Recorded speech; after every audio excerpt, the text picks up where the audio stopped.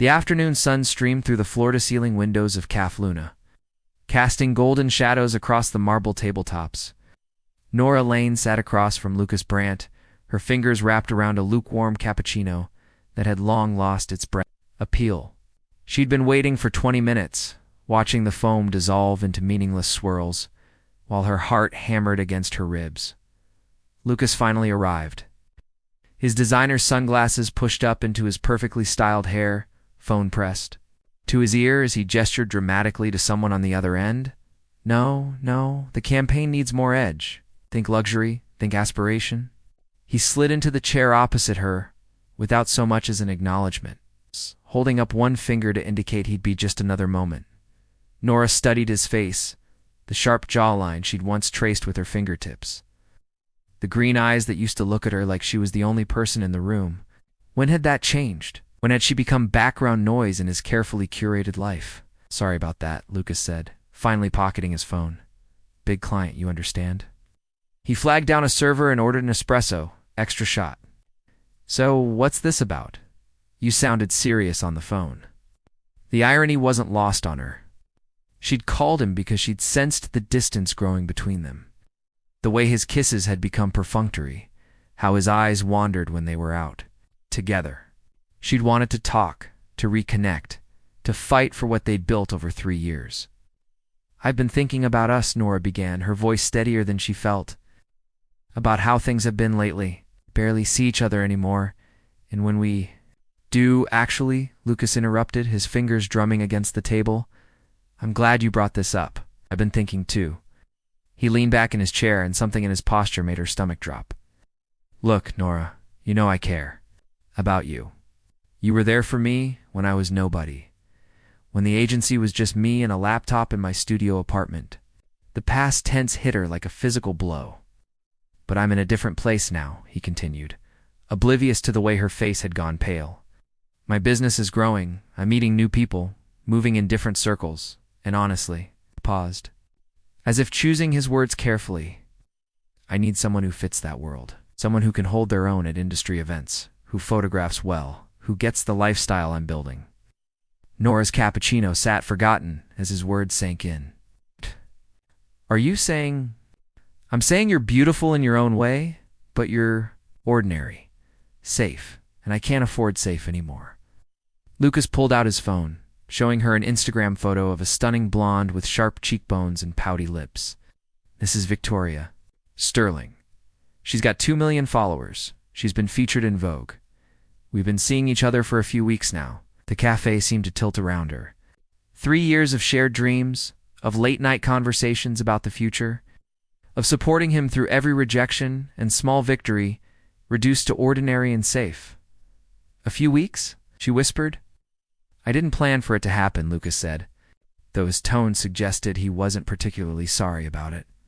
But when you meet someone who elevates your brand, who makes you look good by association, ... double quotes. He shrugged. Have to think about my image now. You understand? Nora stood abruptly, her chair scraping against the polished concrete floor. Other patrons glanced over, but she was beyond caring about making a scene. 3 years, Lucas. 3 years of believing in you when no one else did. Of eating ramen so you could afford better equipment. Of celebrating every tiny milestone like it was the biggest thing in the world. I'm grateful for that, he said, though he was already checking his phone again. But gratitude doesn't build empires.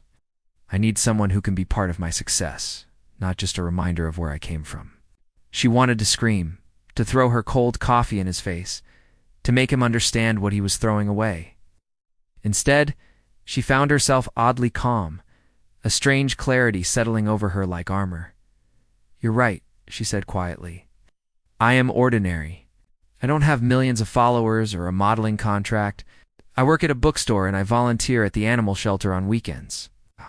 I wear jeans more often than designer dresses, and I think happiness matters more than hashtags. Lucas looked up, perhaps hearing something in her tone that made him pay attention. But you know what's really ordinary, Lucas? It's measuring someone's worth by how they look next to you in photos. That's the most basic, shallow thing in the world. She slung her purse over her shoulder.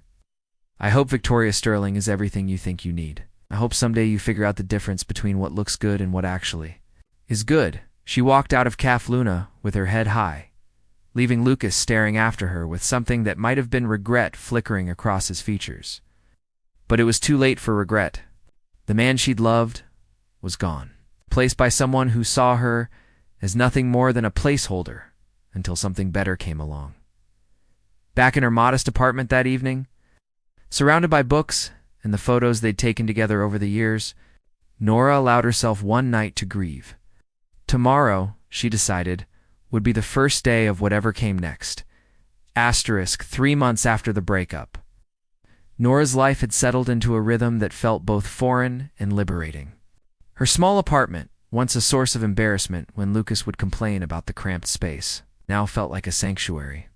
She'd rearranged the furniture, painted the bedroom walls a soft sage green, and filled every corner with plants that somehow seemed to thrive under her newfound attention.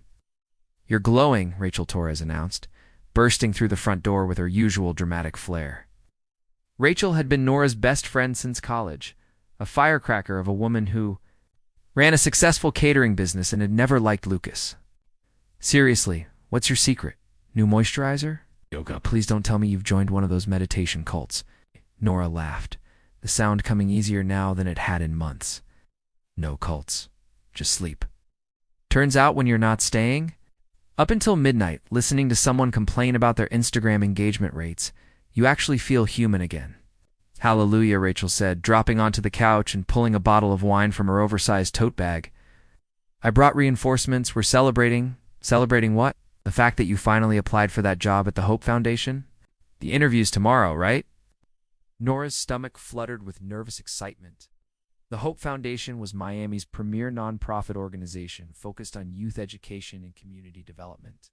She'd been following their work for years, admiring their innovative programs that combined academic support with life skills training for at-risk teenagers. "I still can't believe I went through with it," Nora admitted, settling beside her friend.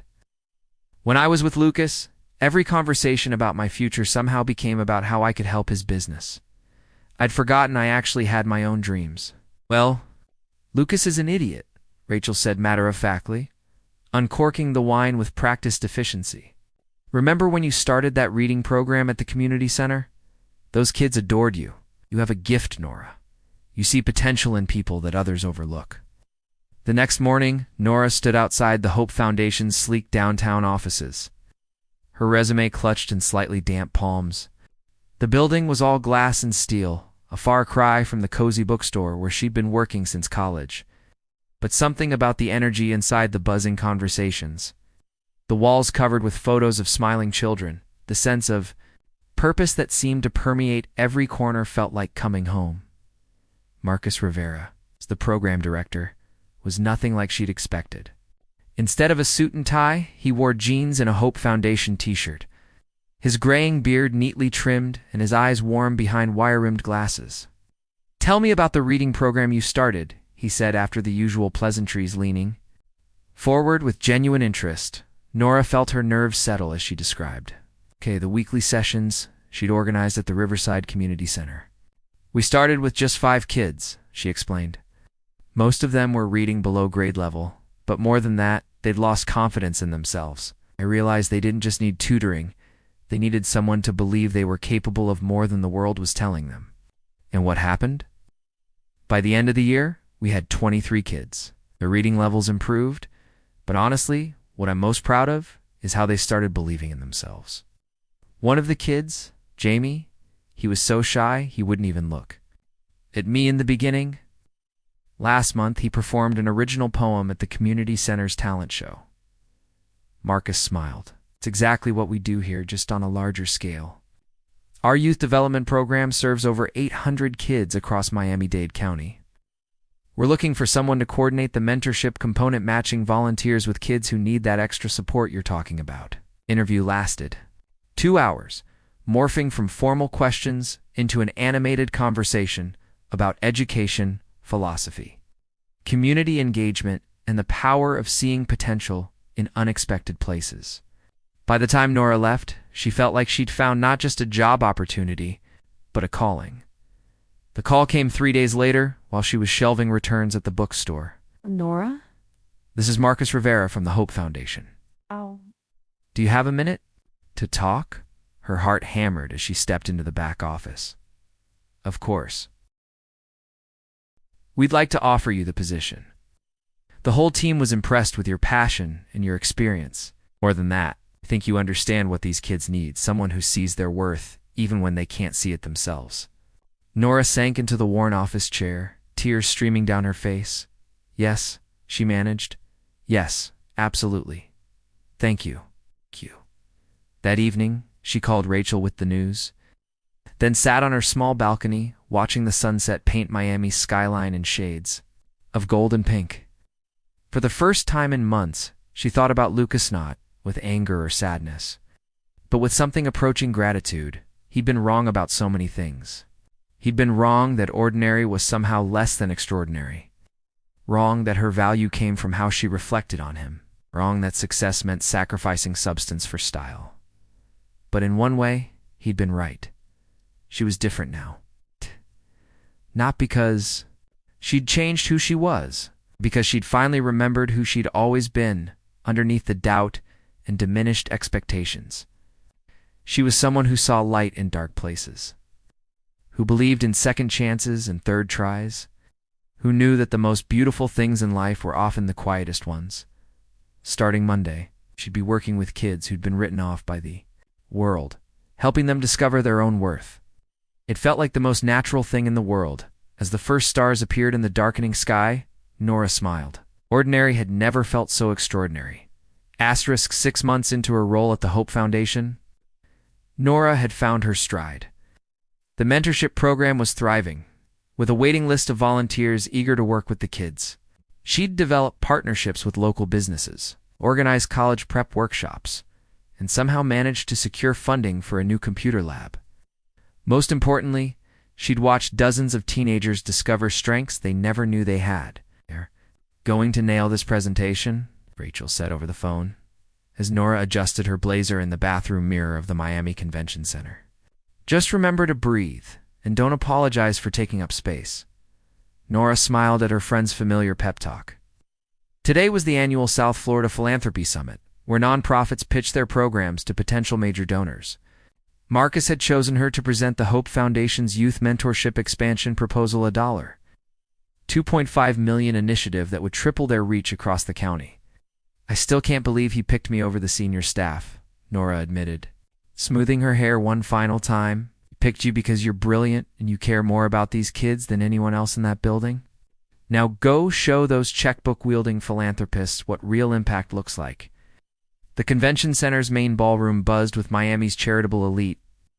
Women in designer suits mingled with men in perfectly tailored jackets, their conversations a blend of social pleasantries and strategic networking. Nora felt slightly out of place in her off-the-rack blazer. But she reminded herself that she belonged here not because of what she wore, but because of what she had to offer. She was scheduled to present third, after the Miami Children's Hospital expansion and the Art Museum's community outreach program. Both presentations were polished and professional, complete with sleek videos and impressive statistics. When her name was called, Nora walked to the podium with her heart pounding, but her message clear. Good afternoon. My name is Nora Lane, and I want to tell you about a 17-year-old named Carlos, who told me last week that before joining our mentorship program, he'd never had an adult believe he was college material. She abandoned her prepared slides, instead telling the story of Carlos and a dozen other kids whose lives had been transformed by having someone see their potential. She talked about Destiny, who'd gone from failing 3 classes to making honor. Roll after her mentor helped her discover she was a visual learner. About Marcus, not her boss, but a shy 15-year-old Marcus who'd found his voice through debate club after his mentor encouraged him to argue about things he cared about. These kids don't need charity, Nora concluded, looking out at the sea of faces. They need investment. They need someone to bet on them the way you'd bet on any promising venture. The difference is, the return on this investment isn't measured in dollars, it's measured in doctors, teachers, engineers, and artists who might never have discovered their potential without someone believing in them first. The applause was warm, but polite. Nora had no idea how her presentation compared to the others. She'd been too focused on her message to gauge the room's reaction as the summit broke for lunch. She found herself standing alone near the registration table, suddenly feeling the weight of the morning's adrenaline crash. She was reaching for a bottle of water when she heard a quiet voice behind her. That was remarkable. Nora turned to find a man in his early 40s watching her with intense dark eyes. He was tall and lean, dressed in an impeccably tailored charcoal suit that somehow managed to look understated despite clearly costing more than her monthly rent. His black hair was slightly silver at the temples, and there was something about his stillness that made him stand out in a room full of people trying to be noticed. "Thank you," she said, not recognizing him, but sensing something familiar in his expression. The same quiet intensity she sometimes saw in the kids she worked with when they were thinking deeply about something. "I'm Damien Wolf," he said, extending his hand. "I was particularly struck by what you said about investment versus charity. Most people in this room talk about giving back, but you talked about moving forward." The name clicked. Damien Wolf Sheed. Seen it on donor walls and charity gala programs, always followed by staggering dollar amounts. But she'd never seen his photo. He was famously private, declining interviews, and avoiding the social circuit that most major philanthropists embraced. "I think the kids I work with have gotten tired of being treated like problems to be solved," Nora said, accepting his handshake. "They want to be seen as people with unlimited potential." "You didn't use a single statistic in your presentation," Damien observed. "No charts, no graphs, no projected outcomes. Just stories." "Numbers don't change hearts," Nora replied. "Hearts have to change before checkbooks do." Something shifted in his expression, surprise, perhaps, or recognition. "Would you have dinner with me tonight? I'd like to hear more about your program." Nora hesitated. In her experience, when wealthy men asked her to dinner to discuss business, they usually had other things in mind. But there was something different about Damien Wolf, a depth in his gaze that reminded her of still water running deep. "Just dinner," he added, as if reading her thoughts. "Isabella, my assistant, can join us if that would make you more comfortable. I'm genuinely interested in what you're building at the Hope Foundation." They met at Ocean Prime, an upscale seafood restaurant in downtown Miami. Isabella Grant turned out to be a sharp woman in her 50s who clearly managed much more than Damien's calendar. She asked thoughtful questions about the mentorship program, while Damien listened intently, occasionally asking for clarification or diving deeper into Nora's philosophy about youth development. "What made you choose this work?" he asked as their dessert arrived. Nora found herself telling him about growing up in a small Ohio town where expectations were low and opportunities were scarce, about teachers who saw potential in her when her own family couldn't imagine her going to college, about the reading program she'd started, and how it had shown her the power of believing in someone before they believed in themselves. "And what about you?" she asked. "What draws you to philanthropy?" For the first time all evening, Damien seemed to choose his words carefully. "I was lucky enough to be born into circumstances that gave me advantages," he said finally. "I think that comes with responsibility. But I've learned that writing checks isn't enough. You have to find people who understand that real change. It happens one person at a time." As Isabella excused herself to take a call, Damien leaned forward slightly. "I'd like to fund your expansion program. All of it. The full $2.5 million. Nora nearly choked on her wine. "I'm sorry, what?" "It's your program. I want to fund it. No strings attached, no board positions required. Just the support you need to reach more kids." "But you barely know me. You've never seen our financials, never visited our facilities." "I've seen what matters," Damien said quietly. "I've seen someone who cares more about impact than recognition, who understands that potential exists everywhere if you know how to look for it. That's rare in this world." As they walked to the valet stand later that evening, Nora felt like she was floating. The expansion that had seemed like an impossible dream was suddenly within reach. "Can I ask you something?" Damien said as they waited for her car. "Of course. Would you have dinner with me again? Not to discuss business this time? It's because I'd like to know more about the person behind the presentation." No. Nora looked at him in the soft glow of the restaurant's lights. There was something about Damian Wolf that intrigued her, not his wealth or status, but the way he listened, like every word mattered, the way he seemed to see value in things other people overlooked. "I'd like that," she said, and meant it. As her modest Honda pulled up beside his sleek Tesla, Nora realized that for the first time since Lucas, she was curious about someone. Not grateful or flattered or trying to prove herself worthy of attention, just genuinely interested in learning more about the quiet man who saw the world the same way she did. It felt like the beginning of something extraordinary. Nora had never imagined that falling in love could feel like coming home and setting sail at the same time. Over the months following their first dinner, she and Damian had developed a relationship that surprised them both with its easy authenticity. He would pick her up after her late community center sessions, content to sit in his car and listen.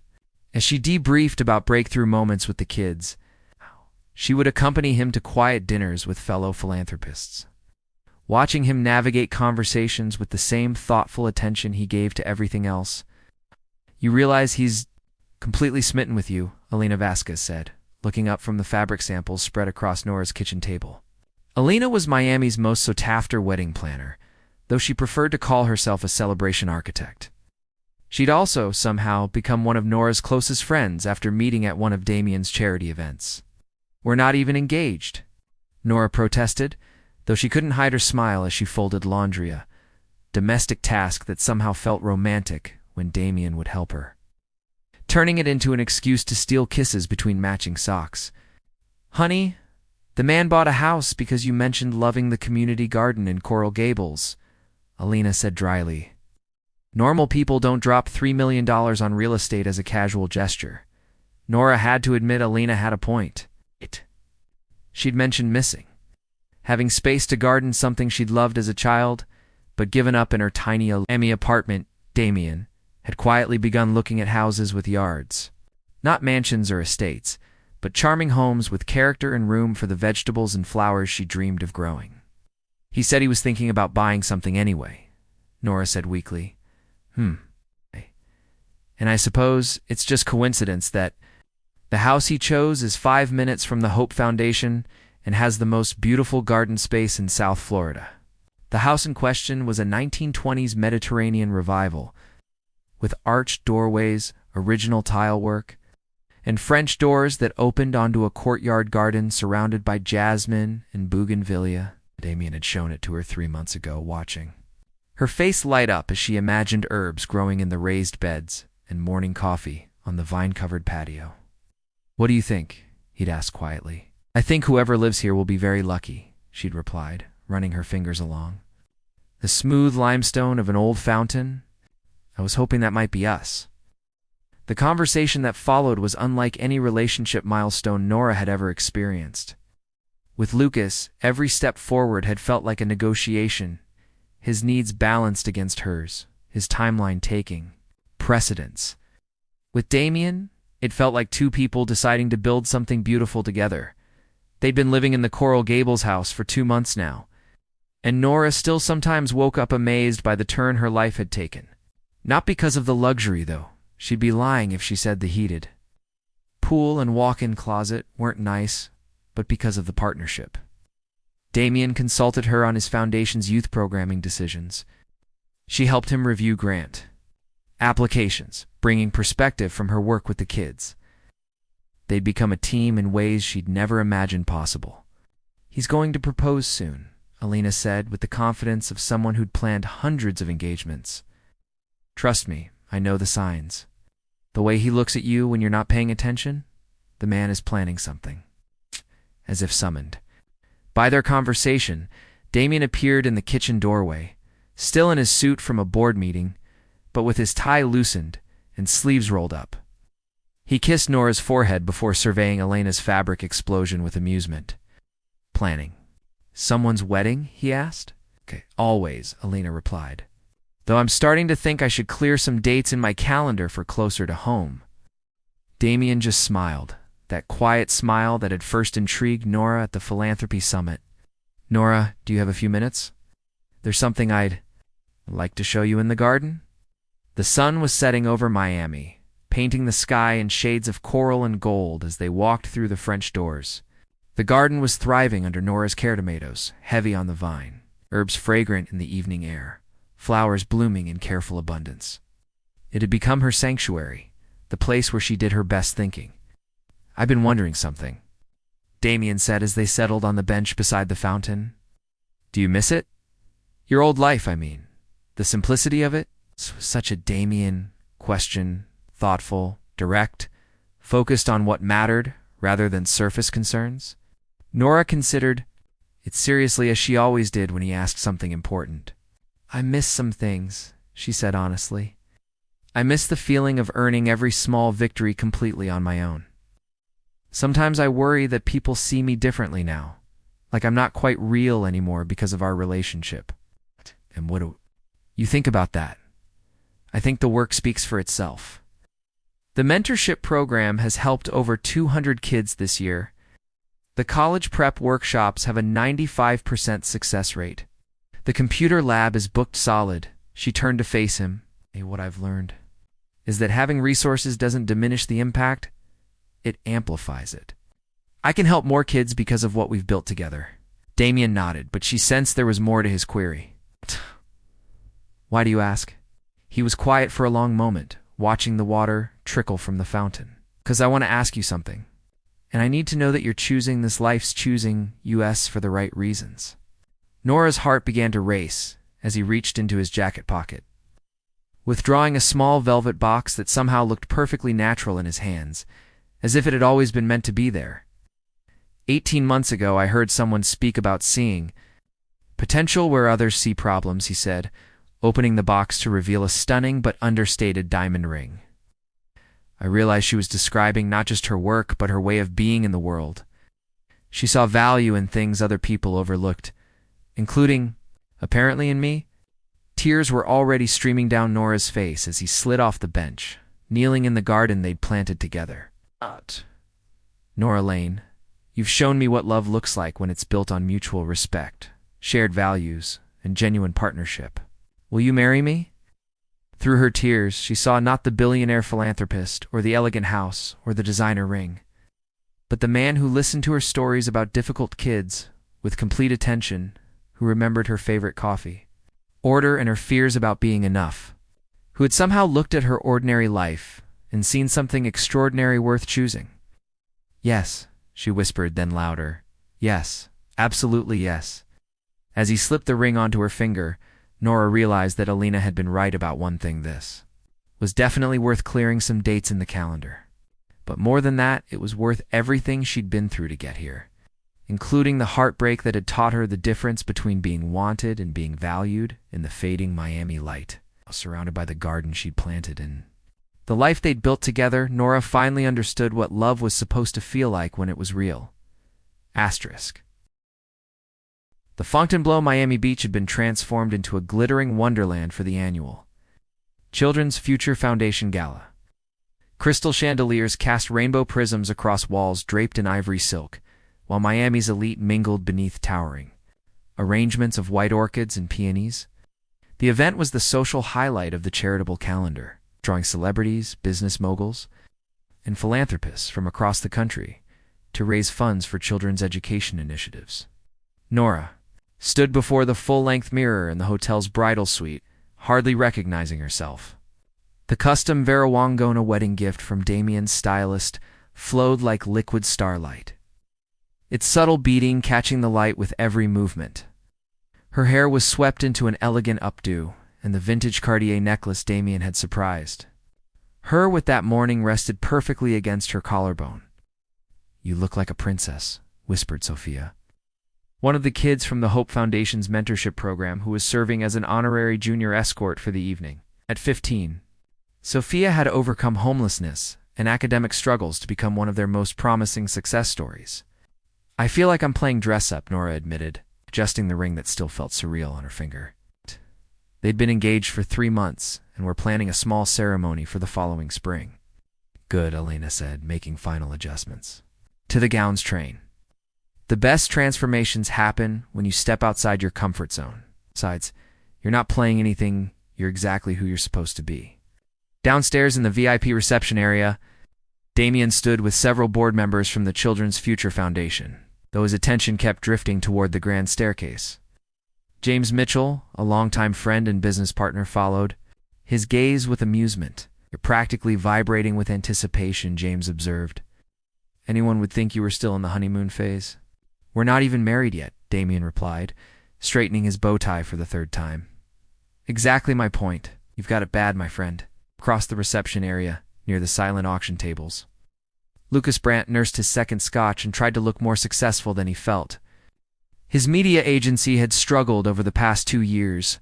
Several high-profile clients had dropped him after a scandal involving inflated engagement numbers, and his relationship with Victoria Sterling had imploded spectacularly when she'd left. Him, for a tech entrepreneur with a higher net worth, he'd only managed to secure an invitation to tonight's gala through James Mitchell, who'd thrown him a bone by hiring his agency for a small PR campaign. Lucas was desperately hoping to network his way back into relevance, though the evening had been humbling so far. The people he'd once considered peers seemed to look through him now, their attention focused on bigger fish in an increasingly competitive pond.